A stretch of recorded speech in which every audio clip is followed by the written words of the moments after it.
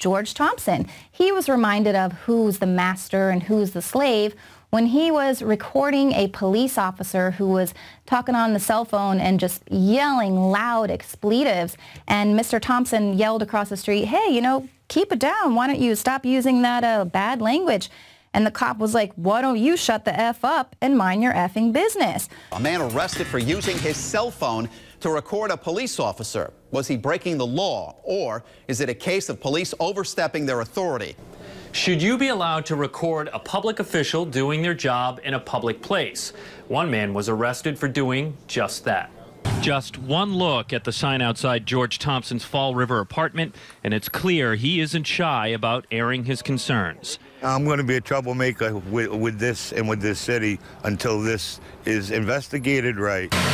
Thompson says he was sitting on his porch on the morning of January 6th when he noticed a police officer working a construction detail talking loudly on his cell phone. With people around, Thompson claims he asked the officer to watch his language. Why don't you shut the F up and mind your own effing business? So Thompson says he pulled out his iPhone and began recording Officer Thomas Barboza, who was still talking on his phone. According to a police report, Officer Barboza spotted Thompson, who then told the officer he was recording him. He comes running up the stairs to me, looks right into the camera. He said, "You effing welfare bum, I'm arresting you." Thompson was charged with resisting arrest and unlawful wiretap. He spent the night in jail.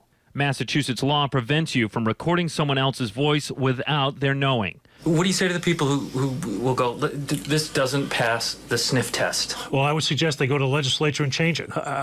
That's the law in Massachusetts. According to Officer Barboza's report, he claims Thompson was trying to hide the phone. With my arm fully extended, I'm videotaping him. As the saying goes, video doesn't lie. Thompson's phone was seized by police, so why not just watch the recording to see who's telling the truth?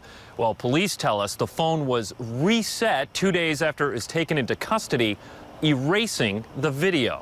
You wanted the police to see the video for themselves. I wanted the police to see it. I wanted everybody in the city to see it. So after he said this, Thomas pulls out his cell phone and he begins recording it. The cop sees it and immediately stops what he's doing, runs across the street and insults the guy and then puts him in handcuffs. The police report claims that Thompson was attempting to film secretly. Thompson outright denies this claim, saying he had his arm completely outstretched as he filmed. And unfortunately, the cell phone footage was mysteriously deleted in police custody 2 days after the incident. Now, according to Massachusetts state law, it's a crime to audio record anyone without them knowing, but many consider that law null and void, given the Supreme Court's decision to uphold the right to film police in public. They have no expectation of privacy, just like everyone else, the general population. They shouldn't either.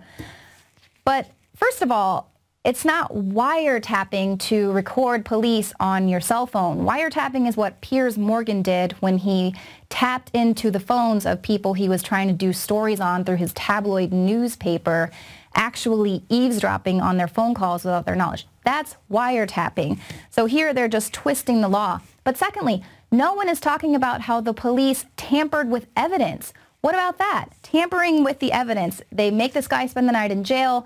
They charge him with wiretapping and resisting arrest, of course. So if they're not going to get in trouble for that. They just do what they want. And remember, masters, slaves. This is how apparently things are working here in America, where the public servants have now turned into the public masters.